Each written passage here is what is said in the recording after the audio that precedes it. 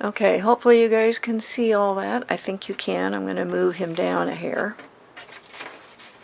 How's that? Great, right? Okay, I'm looking at this.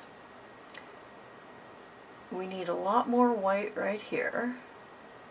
I'm also at the stage where I'm thinking about, I'm not trying to make it a photographic copy. I'm trying to make it, the composition guide the eye. So there's a lot of white, but I'm still not trying to totally copy it. Just be inspired by it. Okay, so far. Now this section looks pretty good. It needs a little more of that. And I'm just telling myself, when it looks good, stop. I want to put a little bit more in that section there. I'd like to make it more interesting by talking about something interesting, but it's hard to do that and concentrate at the same time. Okay, I'm going to say that little section looks good.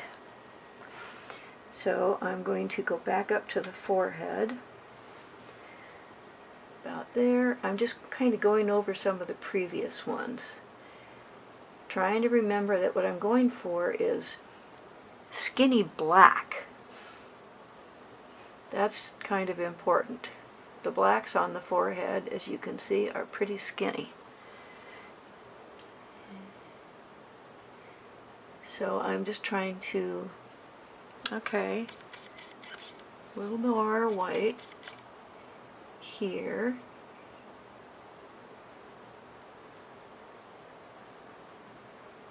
And there.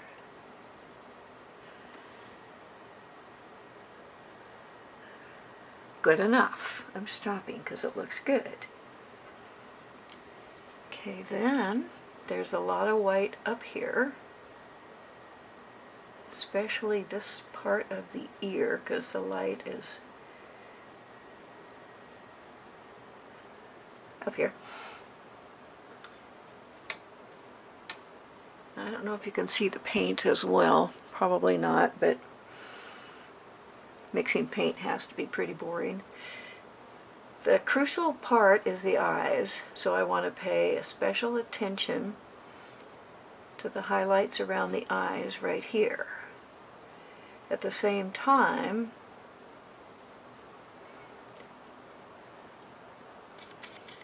I need contrast in here to set the head apart on this side.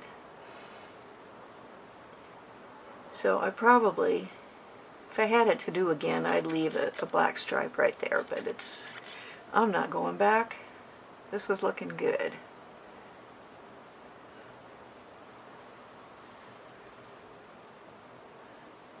Okay.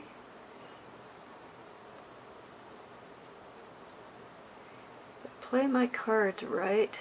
Okay, I am just very slowly going over the white parts again. Now I'm seeing a big old gap.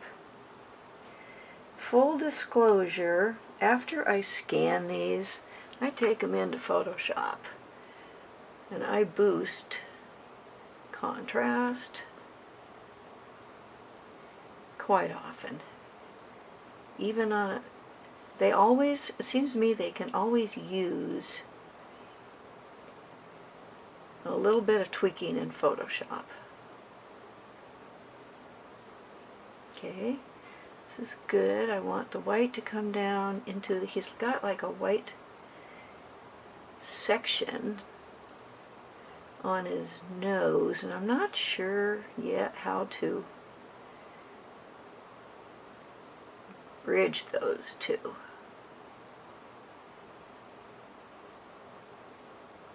The nose and the white markings.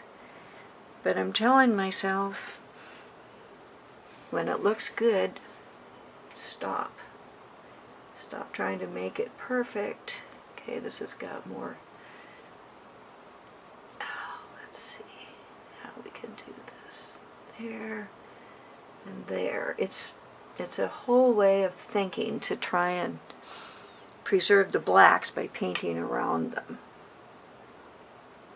It's like negative painting in a way.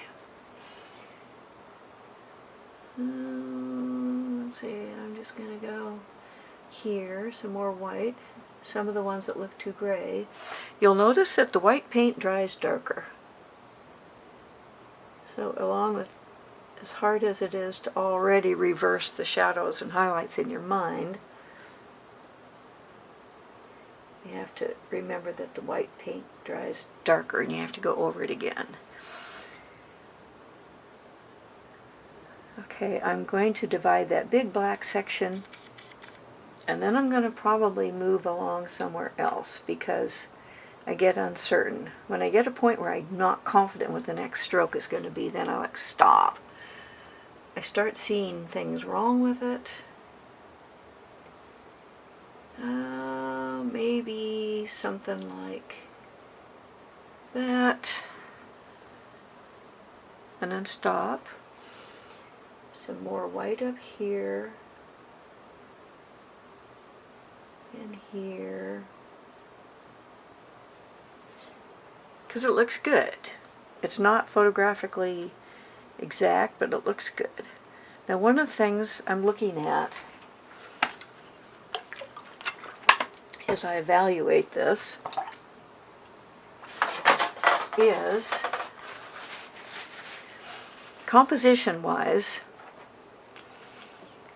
I want the eye to come in about here. I'm trying to plan where I'm going to guide the eye.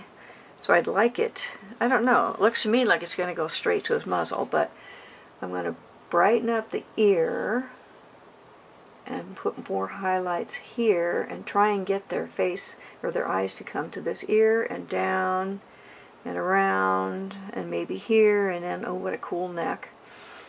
So I'm going to do that. I'm going to really emphasize the ear here by emphasizing the contrast. Okay, that's not bad. And by the way, the way I did the ears was I wet the ears and then I dotted white paint around the edges.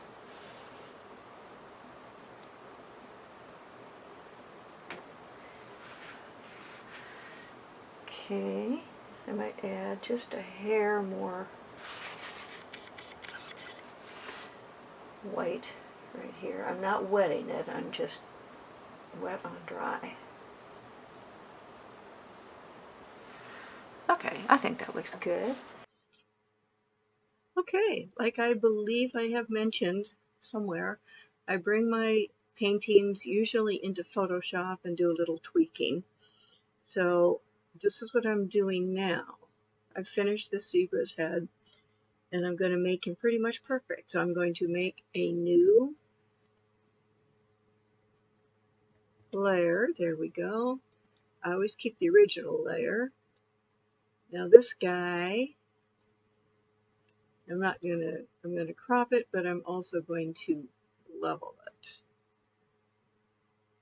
because it needs it. Okay, so I'm cropping. I'm also going to get rid of the binder rings. Okay, what I'm going for here is to add impact to it with contrast. When I bring it up close, I can see my brush strokes look sloppy and I don't know how to fix that yet. So I am going to tweak my, come on, there we go. Now I have two choices. That's the thing with Photoshop, it gives you too many choices. I want it to stay looking like a watercolor. So I'm not going to tweak it too much. So I'm going to go with the levels. And I'm going to choose that I want the black, pretty much like that. And then the white, I'm going to find a really white place. I'm going to see what happens. The but that's really too much. So I'm going to switch it off by doing auto. Okay. I usually let Photoshop try. Now I'm darkening this, and I'm going to brighten a little bit. And now I'm going to see how that looks. Okay, I'm kind of liking that. It's not perfect, but I worked with myself. As I said, when it looks good, stop. So now I've got a little bit more cropping I need to do. I wonder if I can get over like that.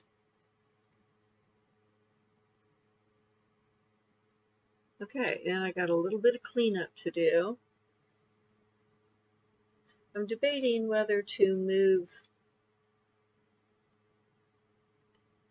that over and see which way. So I'm going to zip it back and forth. Oops. I think I like it better like that, so I'm going with that. Now, Photoshop has a tool that we're going to use. I'm just going to use it to fix some little, I don't know what they are, specks.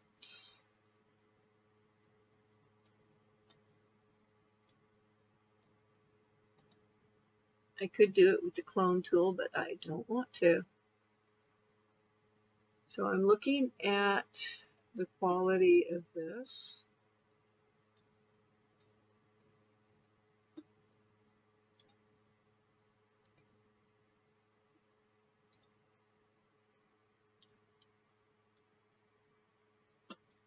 I'm kind of liking that. Again, not perfect. So I'm going to drop a signature on it. And I have a Photoshop action that does that automatically. So I'm just going to pop that in there.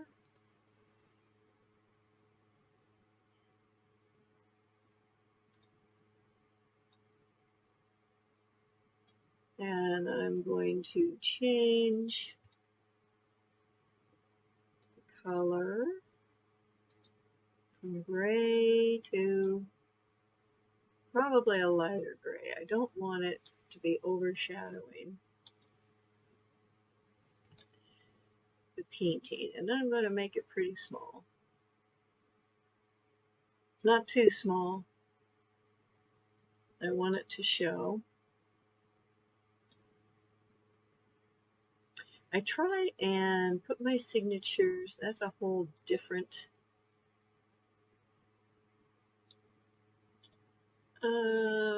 topic.